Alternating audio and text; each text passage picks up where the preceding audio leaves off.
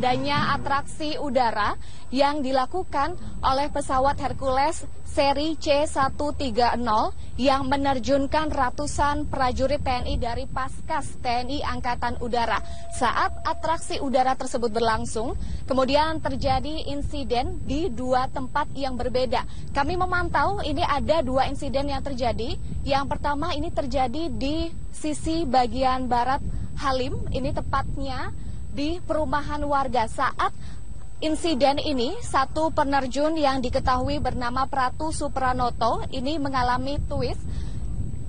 Ini artinya tali melilit bagian payung sehingga penerjun tidak mampu mengendalikan laju atau mengendalikan terjun payung tersebut dan akhirnya jatuh di pemukiman warga. Dan satu lagi insiden ini terjadi di runway Lanut Halim Perdana Kusuma Jakarta Timur, tepatnya di sisi bagian selatan. Ini satu penerjun yang diketahui bernama Kobda Beni ini mengalami benturan keras dan terjatuh. Informasi yang kami peroleh diduga ini akibat angin kencang dan dua penerjun dari prajurit TNI Paskas TNI Angkatan Udara ini saat ini dalam kondisi tewas. Dan berikut kutipan wawancara kami dengan Kadispen Angkatan Udara Marsikal Pertama Dwi Badarmanto.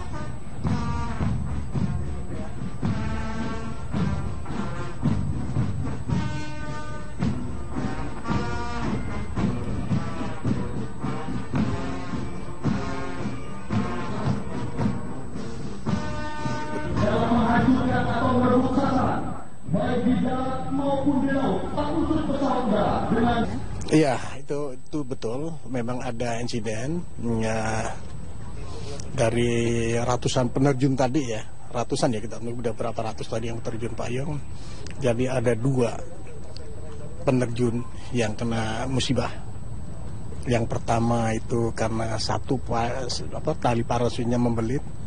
Kita lihat bahwa penerjun sudah berusaha untuk menarik ke sana untuk merecover, tetapi tidak bisa, kemudian jatuh di satu rumah di Halim. Kemudian yang satu karena itu impact pada saat dia mendarat, angin bekas gede, direct. Nah sekarang diproses di rumah sakit, ya. Jadi ada dua. Kondisinya bagaimana, Pak? Nah, kondisi terakhir dinyatakan. Untuk informasi, kedua korban tewas saat ini berada di Rumah Sakit TNI Angkatan Udara Halim, Jakarta Timur. Untuk sementara demikian, Rika, yang dapat kami laporkan. Kembali ke Anda di studio. Terima kasih Eva Wondo melaporkan. Demikian. Selamat siang pemirsa, Anda menyaksikan Headline News pukul 12 waktu Indonesia Barat, saya Widya Saputra. Kami baru menerima informasi mengenai dua prajurit Paskas TNI AU yang meninggal dunia akibat insiden yang terjadi di acara Gladi Bersih peringatan ulang tahun TNI Angkatan Udara. Untuk informasi selengkapnya, kita akan mencoba menghubungi melalui sambungan telepon dengan Kadispen TNI Angkatan Udara Marsikal Pertama Dwi Badarmanto. Selamat siang Pak Dwi, sudah bisa mendengar suara saya? Selamat siang Mbak Widya. Iya, Pak Dwi, bisakah Anda ceritakan kronologis kejadian meninggalnya dua prajurit TNI AU dalam acara tadi pagi, Pak Dwi? Oke, ya terima kasih Mbak. Jadi tadi pagi, hari ini atau tadi pagi kita melaksanakan gladi bersih dalam rangka Hari TNI Angkatan Udara yang ke-70 yang akan dilaksanakan nanti hari Sabtu tanggal 9. Sekitar 08.40-an tadi Mbak. Kita menerjunkan ratusan penerjun dari Korpaskas dalam rangka demo udara. Jadi ada dua insiden. Satu payung itu mengembang tidak sempurna. Jadi ada salah satu tali yang twist gitu, membelit, sehingga payung liar tidak bisa dikendalikan. Sehingga penerjun jatuh di salah satu rumah di perumahan TNI AU. Dia terluka, kemudian dibawa ke rumah sakit. Kemudian yang kedua, itu payung mengembang sempurna. Pada saat mau mendarat, tiba-tiba angin besar, sehingga dia kena impact pada saat jatuh ke bentur. Kemudian dibawa ke rumah sakit.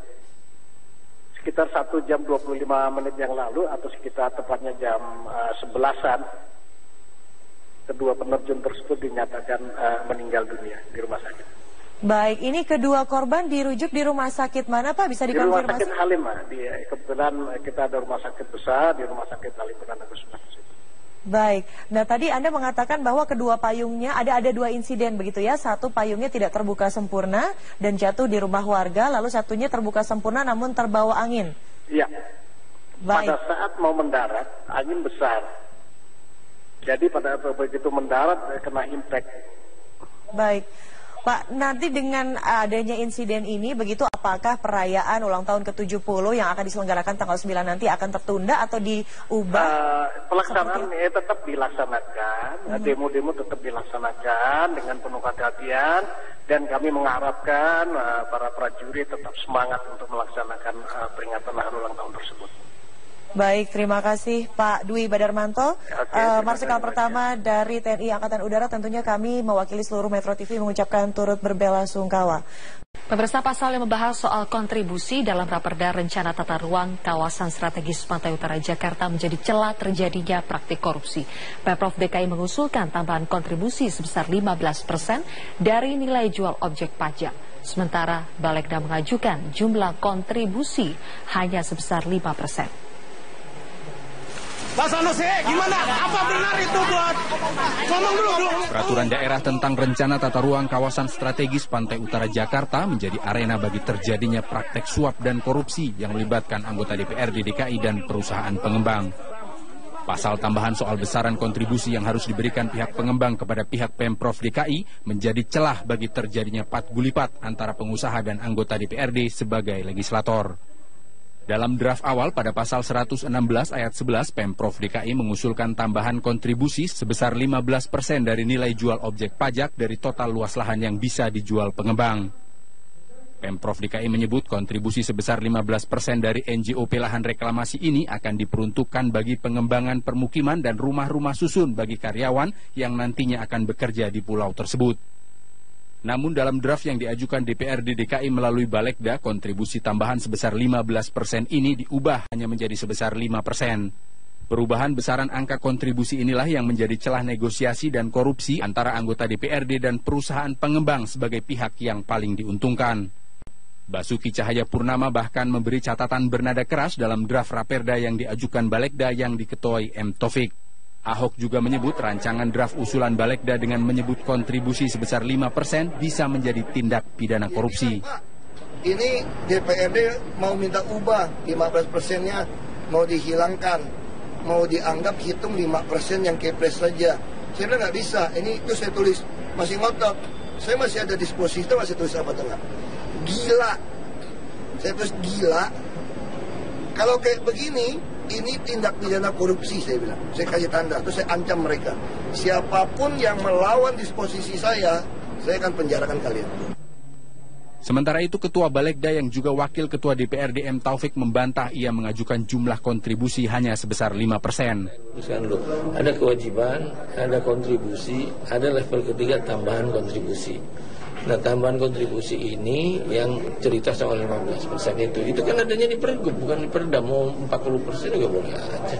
Orang bukan Perda yang nentuin. Jadi nggak masalah sekiranya Pemprov naikkan 15%? Nah, sekarang kan udah di stop, mau dinaikin bagaimana? Seiring dengan tertangkapnya politisi Gerindra M. Sanusi, Dirut PT APL Arisman Wijaya dan Trinanda Prihantoro serta penyidikan yang terus berjalan, pembahasan Raperda tentang reklamasi semakin tidak jelas. Fraksi PDI Perjuangan dan Gerindra di DPRD DKI Jakarta sepakat untuk menghentikan pembahasan Raperda ini. Meskipun keputusan ini belum bulat, namun Ketua DPRD DKI Jakarta Prasetyo Edi Marsudi menyebut keberlangsungan proyek reklamasi Teluk Jakarta berada di tangan pemerintah daerah. Tim Liputan, Metro TV. Pemirsa, Dandim Kota Besar Makassar 1408 Kolonel Infanteri JOR dan juga rekannya Letkol Infanteri BS tertangkap basah sedang menghisap sabu-sabu di tempat karaoke di sebuah hotel di Makassar, Sulawesi Selatan. Dan menurut Wakil Kepala Penerangan Kodam 7 Wirabuana, Letkol VP Hamuranto, kedua pejabat di lingkungan Kodam 7 Wirabuana tersebut positif menggunakan sabu-sabu bersama dengan 5 warga sipil di salah satu hotel. Dan saat digerebek serta dilakukan tes urin di tempat, terbukti semua positif narkoba. Penggerebekan narkoba tersebut dipimpin oleh Kepala Staf Kodam 7 Wirabuana, Brigjen TNI Supartodi. Dan setelah terbukti menggunakan sabu-sabu, Dandim Kota Besar Makassar dan Kepala Pusat Pengendalian Operasi Kodam 7 Wirabuana tersebut dibawa ke Markas POM Kodam 7 Wirabuana untuk diperiksa. Sedangkan 5 warga sipil yang ikut tertangkap diserahkan ke Polrestabes Makassar untuk pemeriksaan lebih lanjut.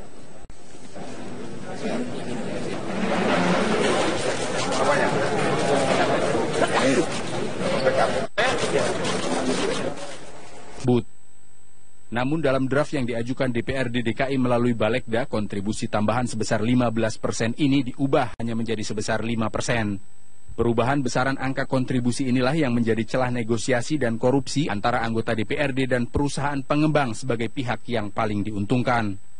Basuki Cahayapurnama bahkan memberi catatan bernada keras dalam draft Raperda yang diajukan Balekda yang diketuai M. Taufik. Ahok juga menyebut rancangan draft usulan Balekda dengan menyebut kontribusi sebesar 5% bisa menjadi tindak pidana korupsi. Ini DPRD mau minta ubah 15%-nya mau dihilangkan, mau dianggap hitung 5% yang kepres saja. Saya bilang nggak bisa, ini itu saya tulis masih ngotot. Saya masih ada disposisi, itu masih tulis apa tengah. Gila, saya tulis gila. Kalau kayak begini, ini tindak pidana korupsi, saya bilang. Saya kasih tanda, terus saya ancam mereka. Siapapun yang melawan disposisi saya akan penjarakan kalian. Sementara itu, Ketua Balekda yang juga Wakil Ketua DPRD M. Taufik membantah ia mengajukan jumlah kontribusi hanya sebesar 5%. Ada kewajiban, ada kontribusi, ada level ketiga tambahan kontribusi. Nah, tambahan kontribusi ini yang cerita soal 15% itu kan adanya di Pergub, bukan di Perda. Mau 40% juga boleh aja. Orang bukan Perda yang menentuin. Jadi nggak masalah sekiranya Pemprov naikkan 15%? Ya sekarang kan udah di stop, mau dinaikin bagaimana? Seiring dengan tertangkapnya politisi Gerindra M. Sanusi, Dirut PT APL Arisman Wijaya dan Trinanda Prihantoro serta penyidikan yang terus berjalan, pembahasan Raperda tentang reklamasi semakin tidak jelas. Fraksi PDIP adanya atraksi udara yang dilakukan oleh pesawat Hercules seri C130 yang menerjunkan ratusan prajurit TNI dari Paskas TNI Angkatan Udara. Saat atraksi udara tersebut berlangsung, kemudian terjadi insiden di dua tempat yang berbeda. Kami memantau ini ada dua insiden yang terjadi. Yang pertama ini terjadi di sisi bagian barat Halim, ini tepatnya di perumahan warga. Saat insiden ini, satu penerjun yang diketahui bernama Pratu Supranoto ini mengalami twist. Ini artinya tali melilit bagian payung sehingga penerjun tidak mampu mengendalikan laju atau mengendalikan terjun payung tersebut dan akhirnya jatuh di pemukiman warga. Dan satu lagi insiden ini terjadi di runway Lanut Halim Perdana Kusuma Jakarta Timur, tepatnya di sisi bagian selatan. Ini satu penerjun yang diketahui bernama Kobda Beni ini mengalami benturan keras dan terjatuh. Informasi yang kami peroleh diduga ini akibat angin kencang dan dua penerjun dari prajurit TNI Paskas TNI Angkatan Udara ini saat ini dalam kondisi tewas. Dan berikut kutipan wawancara kami dengan Kadispen Angkatan Udara Marsikal Pertama Dwi Badarmanto.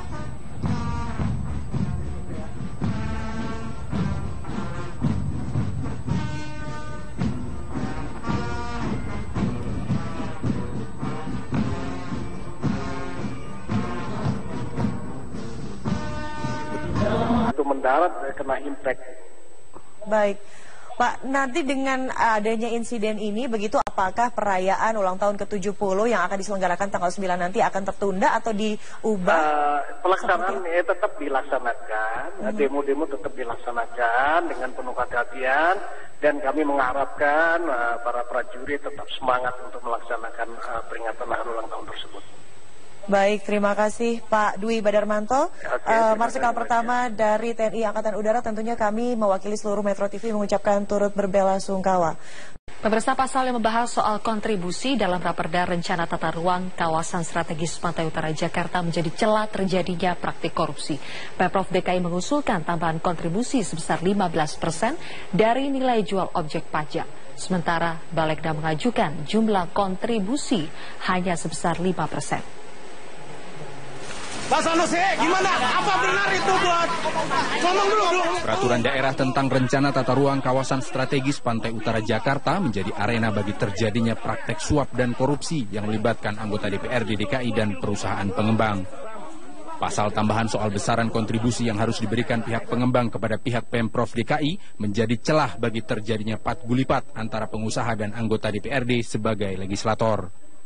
Dalam draft awal pada pasal 116 ayat 11, Pemprov DKI mengusulkan tambahan kontribusi sebesar 15% dari nilai jual objek pajak dari total luas lahan yang bisa dijual pengembang. Pemprov DKI menyebut kontribusi sebesar 15% dari NJOP lahan reklamasi ini akan diperuntukkan bagi pengembangan permukiman dan rumah-rumah susun bagi karyawan yang nantinya akan bekerja di pulau tersebut. Baik di darat maupun di laut, tak unsur pesawat udara dengan... Iya, itu betul. Memang ada insiden dari ratusan penerjun tadi ya. Ratusan ya, kita udah berapa ratus tadi yang terjun payung. Jadi ada 2 penerjun yang kena musibah. Yang pertama itu karena satu tali parasutnya membelit. Kita lihat bahwa penerjun sudah berusaha untuk menarik ke sana untuk merecover, tetapi tidak bisa, kemudian jatuh di satu rumah di Halim. Kemudian yang satu karena itu impact pada saat dia mendarat, angin bekas gede, direct. Nah sekarang diproses di rumah sakit, ya. Jadi ada 2. Kondisinya bagaimana, Pak? Nah, kondisi terakhir dinyatakan. Untuk informasi, kedua korban tewas saat ini berada di Rumah Sakit TNI Angkatan Udara Halim, Jakarta Timur. Untuk sementara demikian, Rika, yang dapat kami laporkan. Kembali ke Anda di studio. Terima kasih Eva Wondo melaporkan. Demikian. Selamat siang pemirsa, Anda menyaksikan Headline News pukul 12 waktu Indonesia Barat, saya Widya Saputra. Kami baru menerima informasi mengenai 2 prajurit Paskas TNI AU yang meninggal dunia akibat insiden yang terjadi di acara Gladi Bersih peringatan ulang tahun TNI Angkatan Udara. Untuk informasi selengkapnya, kita akan mencoba menghubungi melalui sambungan telepon dengan Kadispen TNI Angkatan Udara, Marsikal pertama Dwi Badarmanto. Selamat siang Pak Dwi, sudah bisa mendengar suara saya? Selamat siang Mbak Widya. Iya, Pak Dwi, bisakah Anda ceritakan kronologis kejadian meninggalnya 2 prajurit TNI AU dalam acara tadi pagi, Pak Dwi? Oke, ya terima kasih Mbak. Jadi tadi pagi, hari ini atau tadi pagi kita melaksanakan gladi bersih dalam rangka Hari TNI Angkatan Udara yang ke-70 yang akan dilaksanakan nanti hari Sabtu tanggal 9. Sekitar 08.40-an tadi Mbak. Kita menerjunkan ratusan penerjun dari Korpaskas dalam rangka demo udara. Jadi ada 2 insiden. Satu payung itu mengembang tidak sempurna. Jadi ada salah satu tali yang twist gitu, membelit, sehingga payung liar tidak bisa dikendalikan. Sehingga penerjun jatuh di salah satu rumah di perumahan TNI AU. Dia terluka, kemudian dibawa ke rumah sakit. Kemudian yang kedua, itu payung mengembang sempurna. Pada saat mau mendarat, tiba-tiba angin besar, sehingga dia kena impact pada saat jatuh ke bentur. Kemudian dibawa ke rumah sakit. Sekitar 1 jam 25 menit yang lalu, atau sekitar tepatnya jam 11-an, kedua penerjun tersebut dinyatakan meninggal dunia di rumah sakit. Baik, ini kedua korban dirujuk di rumah sakit mana Pak? Bisa dikonfirmasi? Di rumah sakit Halim, Pak. Kebetulan kita ada rumah sakit besar di rumah sakit Halim Perdana Kusuma. Baik, nah tadi Anda mengatakan bahwa kedua payungnya ada 2 insiden begitu ya. Satu payungnya tidak terbuka sempurna dan jatuh di rumah warga, lalu satunya terbuka sempurna namun terbawa angin. Iya. Baik. Pada saat mau mendarat, angin besar. Jadi pada